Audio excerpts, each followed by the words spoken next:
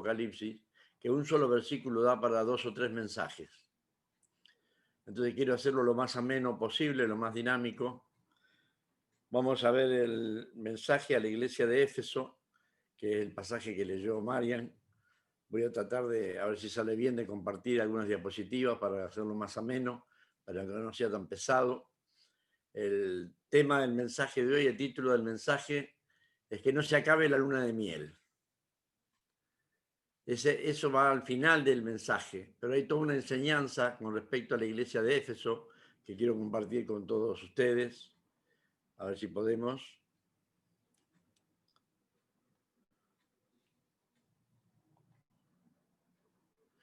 Este es el mapa que vimos el otro día, ¿recuerdan?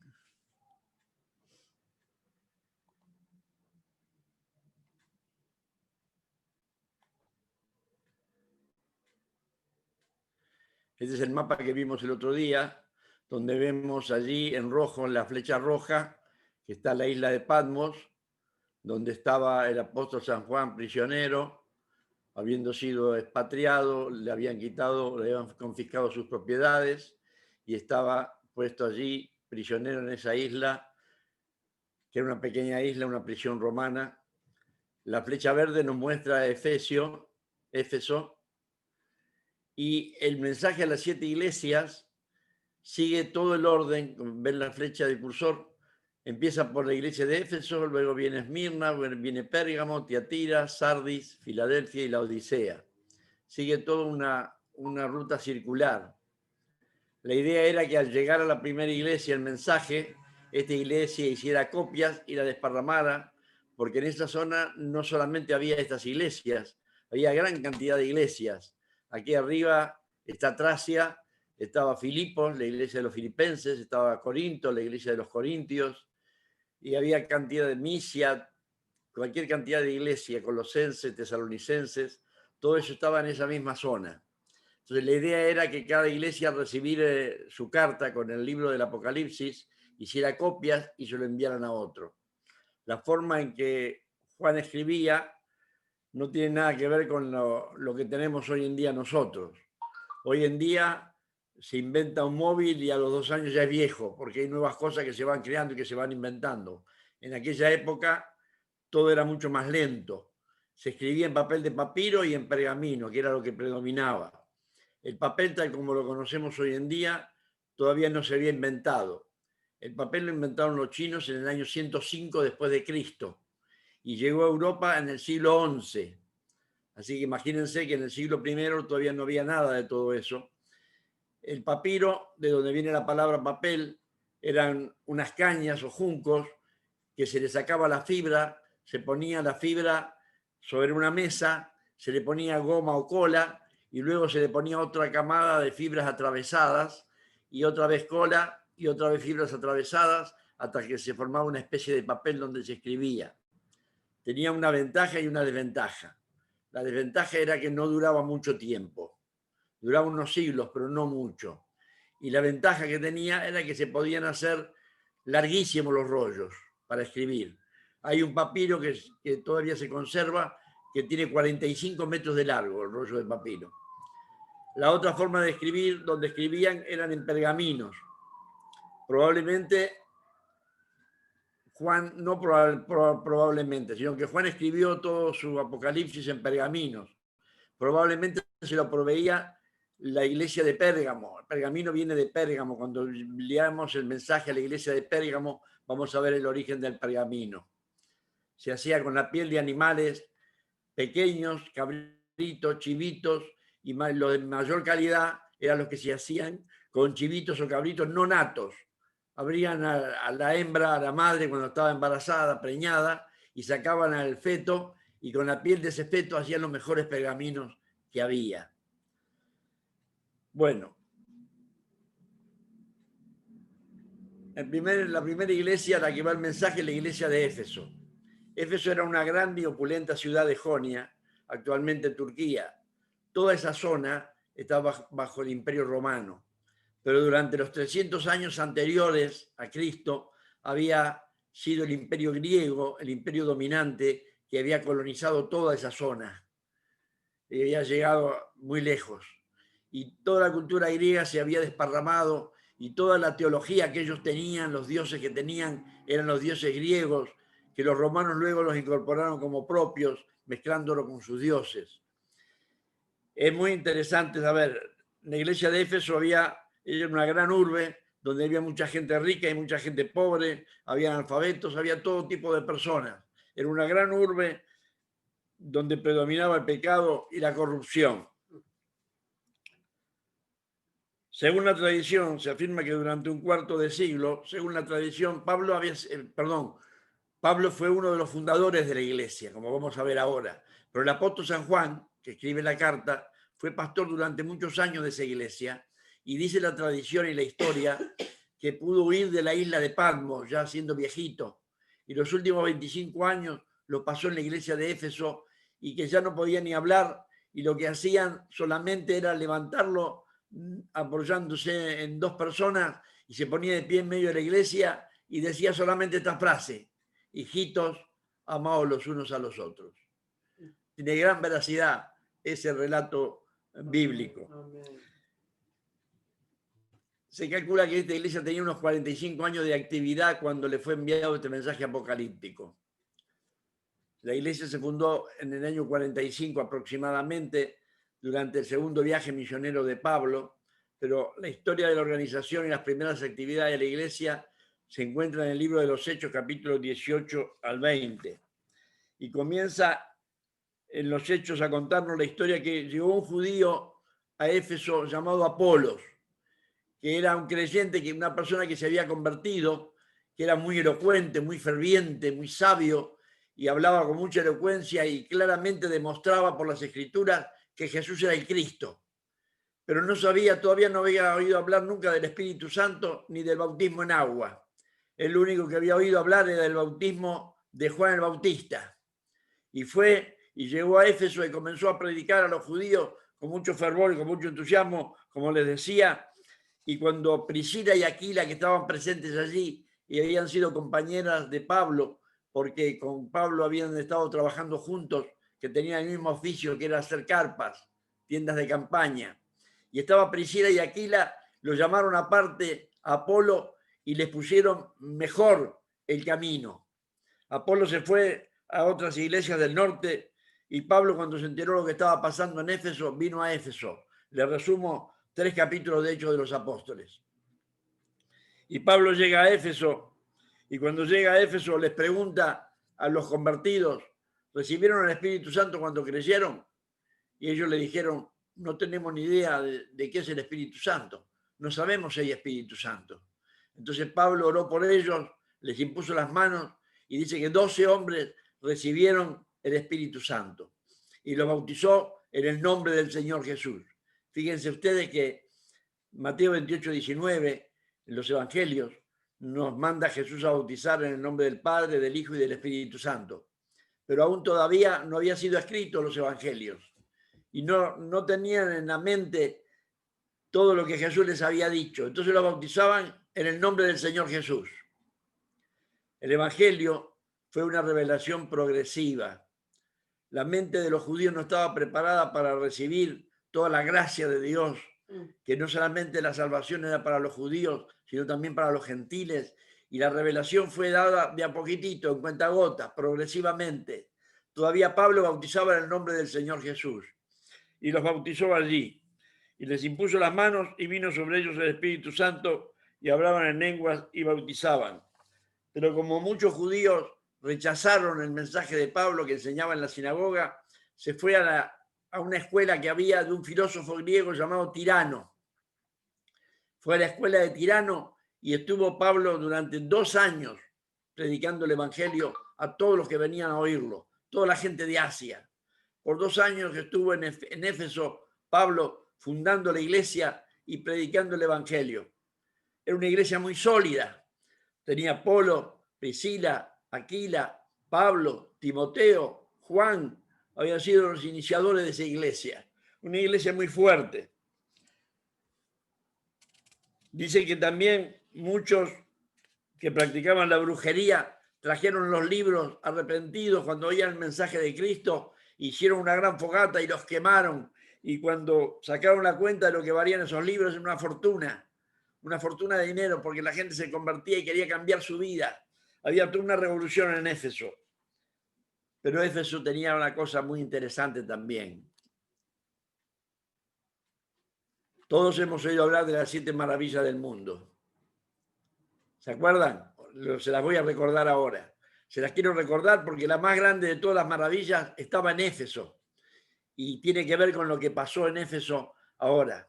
Las 7 maravillas son, miren, el Coloso de Rodas era una gran estatua del dios griego Helios, realizada por el escultor Cales de Lindos en la isla de Rodas, en Grecia, en el año 280 a.C. Fue hecha en hierro, forrada con bronce y se destruyó en el año 226 a.C.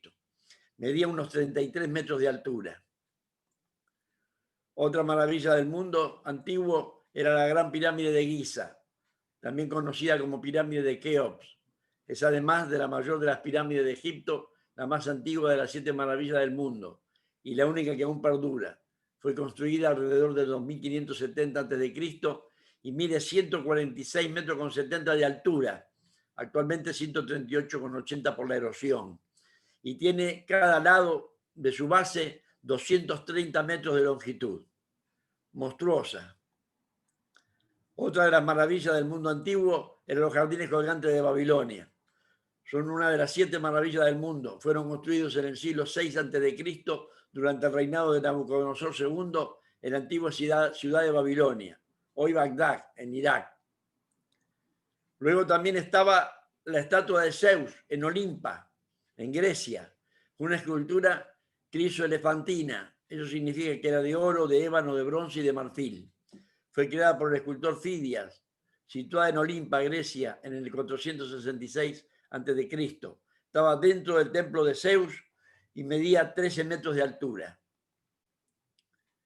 Otra de las 7 maravillas del mundo antiguo era el faro de Alejandría, que fue una torre construida en el siglo III a.C., entre los años 285 y 247, en la isla de Faro. La isla se llamaba Faro, por eso se le llama faros a los faros actuales de aquella época, porque ahí se construyó el primer faro, en Egipto, para servir como punto de referencia del puerto y como faro con una altura estimada de al menos 100 metros. Y esta es la principal, la más grande de todas, el templo de Artemisa o Artemisión. Fue un templo ubicado en la ciudad de Éfeso, en Turquía, dedicado a la diosa Artemisa, denominada Diana por los romanos. Su construcción fue comenzada por el rey Creso de Lidia en el 560 a.C. y duró unos 120 años. Miren lo que medía, 46 hectáreas ocupaba, 46 manzanas de grande. Era un templo precioso, monstruoso, y los efesios estaban orgullosos de esa. Quedaba una séptima, que la comento ya para terminar, es el mausoleo de Halicarnaso. Fue una construcción que mandó a hacer un sátrapa persa, un regente, Mausolus se llamaba. Mausolus, de ahí viene el nombre de mausoleo, quien mandó construir en el 353 a.C. en Halicarnaso, en Turquía, lo que sería su propia sepultura. Medía 134 metros de perímetro y 46 metros de alto. Les quise mostrar todo esto porque cuando estaba Pablo predicando en Éfeso, predicaba contra la idolatría de Diana de los Efesios, de ese gran templo que era un monumento tremendo, que era el orgullo de los efesios. Y se armó un alboroto muy grande, porque había un platero llamado Demetrio que hacía templecillos de plata y le daba mucha ganancia a todos los artífices, y corría peligro de que tenían miedo de que el mensaje de los nuevos evangélicos que venían predicando un nuevo Dios Cristo, una nueva iglesia, les quitara el trabajo, les quitara, y armaron un alboroto y tomaron algunos de ellos y los querían castigar, y estuvieron 2 horas gritando: "Grande Diana de los Efesios, grande Diana de los Efesios". Y se armó un alboroto tremendo que por suerte un cónsul los calmó. No quiero divagar mucho en todo esto. Por último, en Éfeso también sucedió algo muy interesante. Pablo, cuando iba a Roma, que luego murió en el tercer viaje, no quiso pasar por Éfeso, pero llegó a la ciudad de al lado, Mileto, y mandó a llamar a los ancianos de Éfeso. Y en Hechos se registra el mensaje de despedida, que es uno de los mensajes más hermosos que hay en la Biblia, el mensaje de despedida de Pablo. Dice que envió desde Mileto a Éfeso, hizo llamar a los ancianos de la iglesia, y cuando vinieron les dijo: vosotros sabéis cómo me he comportado entre vosotros todo el tiempo, desde el primer día que entré en Asia, sirviendo al Señor con toda humildad y con muchas lágrimas. Por tanto, yo os protesto en el día de hoy que estoy limpio de la sangre de todos, porque no he rehuido anunciaros el consejo de Dios. Por tanto, mirad por vosotros y por todo el rebaño en que el Espíritu Santo os ha puesto por obispo para presentar la iglesia del Señor, la cual él ganó por su propia sangre. Cuando hubo dicho estas cosas, se puso de rodillas y oró con todos ellos. Entonces hubo gran llanto de todos y echándose al cuello de Pablo, le besaban.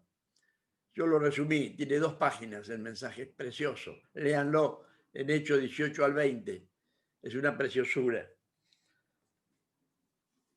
Este es el esquema que tiene el mensaje a las 7 iglesias. Los 7 mensajes tienen el mismo esquema, la misma estructura. Primero va la identificación. Cristo se identifica a cada una de las iglesias. Luego va la alabanza y consuelo. Los alaba por lo bueno que tiene y los consuela por lo que están pasando. Luego viene la queja, alguna queja que tiene contra la iglesia. Luego viene un consejo que le da la iglesia. Y luego viene una promesa que le da la iglesia. Es llamativo y significativo porque ese mensaje a esas 7 iglesias es el mensaje a todas las iglesias de todos los tiempos.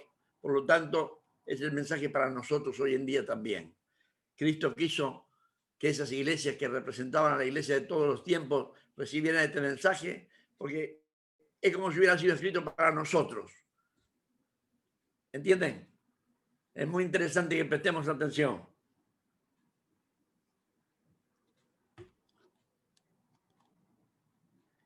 Primero, la identificación.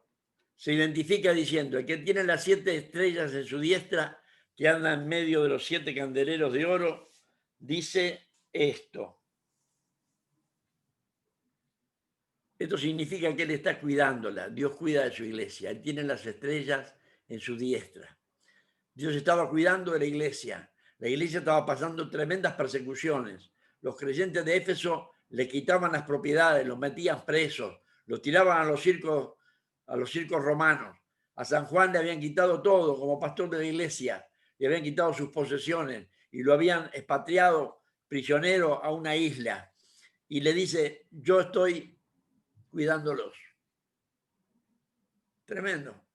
En medio de lo que estaban pasando, Dios le dice: él está cuidándolo. Es como si ahora en la pandemia nos estuviera diciendo: tranquilos, yo los estoy cuidando. Tenemos que descansar en Él, porque Dios tiene a la iglesia, las 7 estrellas en su diestra, y Él anda en medio de los 7 candeleros de oro que es la iglesia. Él está allí y sabe lo que está sucediendo. Dios sabe todo lo que tú estás pasando como iglesia en conjunto y como iglesia personal. Dios conoce tus necesidades.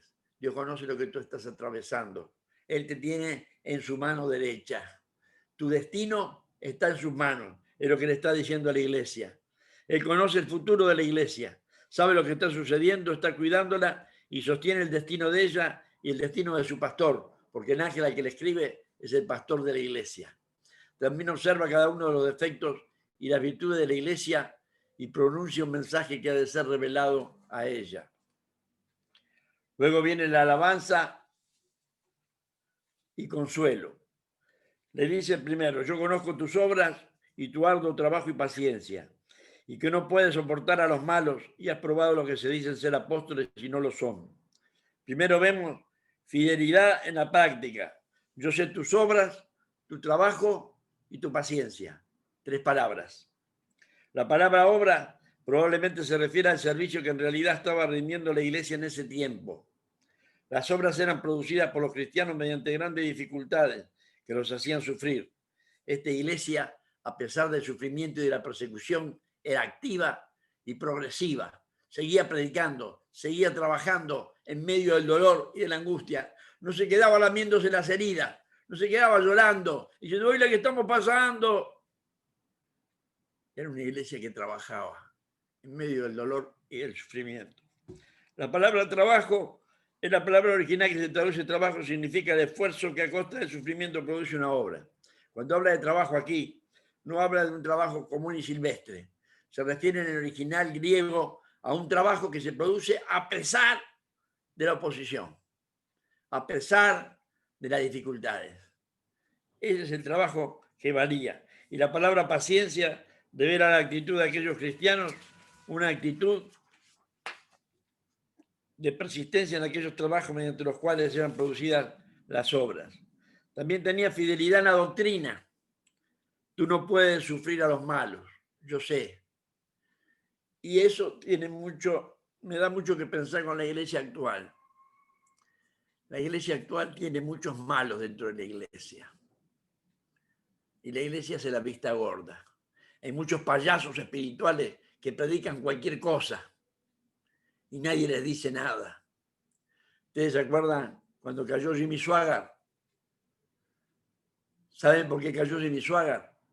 Jimmy Swaggart cayó porque él hablaba en contra de otro televangelista que le hacía la competencia y lo denunció por malversación de fondos. Y entonces este otro televangelista puso un detective que lo siguiera a Jimmy Swaggart. Y el detective que seguía a Jimmy Swaggart lo vio salir de un prostíbulo y lo denunció. Y eso hizo que cayera su ministerio. Ahora digo yo, cuando él predicaba y las multitudes lo seguían y todos los líderes, muchos de ellos sabían lo que él hacía, en el pecado que estaba, pero nadie lo denunció. Si no ponen un espía que lo siguiera y que lo delate, nadie lo denuncia. Y hay muchos falsos predicadores que están en la iglesia engañando con falsa doctrina y con falsos mensajes, y la iglesia se calla. La iglesia de Éfeso no podía soportar a los malos. Y Jesús lo alaba por eso. La iglesia tiene que velar por la sana doctrina.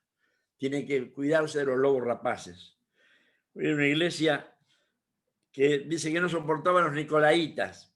No se ha identificado exactamente a los nicolaitas. Sin embargo, por la relación que tenían con quienes seguían la doctrina de Balaam, parece que sus errores consistían en sostener que la fe llenaba todo y que lo único necesario, como la ley de Moisés no estaba vigente, podían pecar porque la gracia abundaba. Ese es el mensaje que predicaba. Ustedes pueden pecar, total Dios los perdona, después se arrepienten y los perdona. Adulteraban el mensaje de la palabra del Señor y Jesús los alaba porque ellos no soportaban a los nicolaitas. La queja, pero tengo contra ti que has dejado tu primer amor. Ahí viene el título del mensaje. Una vez un alumno de un profesor que escribió un libro sobre el Apocalipsis les dio un trabajo práctico sobre este libro, sobre la iglesia de Éfeso a los alumnos. Y uno de los alumnos entregó un mensaje que al profesor no le gustó y lo reprobó, porque le puso de título "Se acabó la luna de miel". Era muy severo el profesor, pero a mí me encanta, porque Jesús le dice, se ha acabado, ha dejado tu primer amor. ¿Ustedes recuerdan la luna de miel? Qué bonito, ¿no? Yo siempre cuando vienen los novios de la luna de miel, a aquellos que se casan, les pregunto, ¿hay miel todavía? ¿Saben de dónde viene el término luna de miel? En la antigüedad, los judíos creían que la miel era afrodisíaca y que ayudaba y daba energía para el sexo. Entonces los novios recién casados, que duraba una semana, la boda, la fiesta, le ponían una gran tinaja de miel en la mesita de luz para que tuvieran. Y como duraba una semana, en una luna, entonces le llamaban la luna de miel. ¿Cómo está tu luna de miel con Cristo? Recuerdo cuando me convertí, yo quería llevarme la cama a la iglesia, digo yo. Quería estar todo el día en la iglesia. Quería estar todo el día alabando al Señor. Quería servirlo y quiero todavía hacerlo. ¿Cómo está tu amor? ¿Sigues enamorado de Cristo? ¿Sigues comiendo miel? ¿Sigues con la luna de miel? ¿Has dejado tu primer amor? Mire, una iglesia que tan bendecida alabada por tantas cosas fuertes, victoriosa, poderosa. Sin embargo, el Señor le reprocha que habían dejado el primer amor. La importancia que tiene el amor hacia Cristo. Cuando el amor a Cristo como motivo de adoración está ausente, el servicio significa muy poco. Si tú estás sirviendo al Señor, pero no lo haces con amor, no sirve para nada. ¿Cómo está nuestro amor por el Señor? Que no se acabe la luna de miel, que volvamos a tener ese amor por Dios. Yo sé que la vida nos da sacudones y la iglesia nos produce decepciones, porque fulanito me miró mal, menganito me miró mal, a aquel le dieron injustamente lo que me tenían que dar a mí, y todo ese tipo de cosas pasan en la iglesia, porque somos humanos, y eso hace que nos enfriemos, pero Dios quiere que seamos una iglesia sufriente y que no perdamos el primer amor, que sigamos sirviéndole, sigamos trabajando para Él con la miel, con la luna de miel. Pero tengo contra ti que has dejado tu primer amor. Que nuestro amor con el Señor vuelva a ser el primero. Consejo, cuarto punto, consejo que da la iglesia. El consejo que Cristo da a la iglesia de Efesios se puede resumir en 3 palabras. Recuerda, arrepiéntete y vuelve. Recuerda, por tanto, de dónde has caído y arrepiéntete y haz las primeras obras. Pues si no, vendré pronto a ti y quitaré tu candelero de su lugar, si no te hubieses arrepentido. Recuerda el gozo que tuviste antes y el deleite que experimentabas por causa de tu amor a Cristo y de su obra. Recuerda la fuerza que te daba ese primer amor, que te impulsaba a realizar lo bueno y a servir al Señor sin cansancio y sin pedir nada a cambio, por amor. Arrepiéntete de la condición en la cual estás, dar tu servicio sin amor, por inercia. Condición a la que has permitido llegar hasta el interior de tu vida. Esta condición es el enemigo mortal que impide desarrollar un trabajo efectivo en el reino de Dios. Arrepiéntete si estás sirviendo al Señor sin amor, por inercia, como costumbre. Yo veo a veces en la iglesia, algunos sugieren que van sirviendo pero tienen cara de ajo. Parece que estuvieran enojados. Tengamos el amor de Dios permanentemente en nuestros labios. Arrepiéntete y vuelve a ese estado original de servicio impulsado por un corazón amoroso.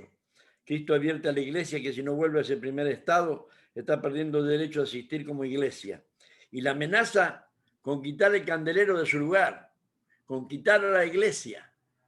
¿Cuántas iglesias han desaparecido? ¿Cuántas iglesias yo he visto que se han cerrado en mi vida? ¿Por qué han quitado el candelero? La iglesia debe permanecer. Cristo quiere que la iglesia permanezca. La iglesia tiene que ser una iglesia activa, dinámica, que se multiplique. Mire, hay dos formas que tiene Dios para que la iglesia crezca. Si la iglesia no hace su trabajo, hay 2 formas. Una es persecución y la otra división. Si la iglesia no hace su trabajo con amor, efectivamente para el servicio a Cristo, serán perseguidos por las autoridades, por los contrarios. O si no, se dividirán, se separarán. Pero la iglesia tiene que crecer y multiplicarse. Tengamos cuidado que Dios no quite el candelero de nuestro lugar. Yo cuando pienso en la iglesia de Merlo, que está desde el año 76, Dios mío, ¿hasta cuándo estará? Hasta que venga Cristo quiero que esté. Amén. Amén. Amén. Y por último, la promesa. La promesa del versículo 7 la dividimos en 2 partes. 2.7a, la primera parte del versículo 7 sirve para efectuar la transición de la amonestación a la promesa. El que tiene oído, oiga lo que el Espíritu dice a las iglesias. La primera parte del versículo dice: el que tiene oído, oiga lo que el Espíritu dice a las iglesias. Las que tienen la percepción espiritual son amonestadas para que escuchen. Este mensaje no es simplemente el mensaje de un hombre, es el de Dios eterno, quien habla y pronuncia su amonestación contra el mortífero peligro de la apatía espiritual. No hay nada más triste que ser apático espiritual. Que el amor de Dios predomine en nosotros. Y la segunda parte de la promesa dice: al que venciere, le daré a comer del árbol de la vida, el cual está en medio del paraíso de Dios. El concepto del triunfo es una de las ideas dominantes en el libro de Apocalipsis. Significa, escuche bien, triunfo en Apocalipsis significa triunfar en las circunstancias en que uno se encuentra. ¿Escucharon bien? Triunfar en las circunstancias en que uno se encuentra. Ese es el triunfo que Dios quiere. No cuando todo es favorable. Cuando todo es favorable, qué lindo que es. Ahí triunfa cualquiera. Pero cuando todo es adverso, ahí tenemos que triunfar. Y somos más que vencedores, porque Cristo no tiene su mano derecha y está paseándose en medio nuestro. Significa vivir una vida de servicio a Dios. Y nos promete y nos dice: yo te daré el alimento espiritual y sostenimiento al que me sea fiel, del árbol de la vida que está en medio del paraíso de Dios. ¿Sabe cuál es ese árbol? Cristo. Amén, sí, Señor. Cristo. El que coma lo que yo le daré no tendrá hambre jamás. El que beba el agua que yo le daré no tendrá sed jamás. Cristo quiere ser nuestro alimento, no en el futuro, hoy. Pero nos demanda y nos pide que no se acabe la luna de miel, que sigamos enamorados de Él, que sigamos sirviéndole por amor,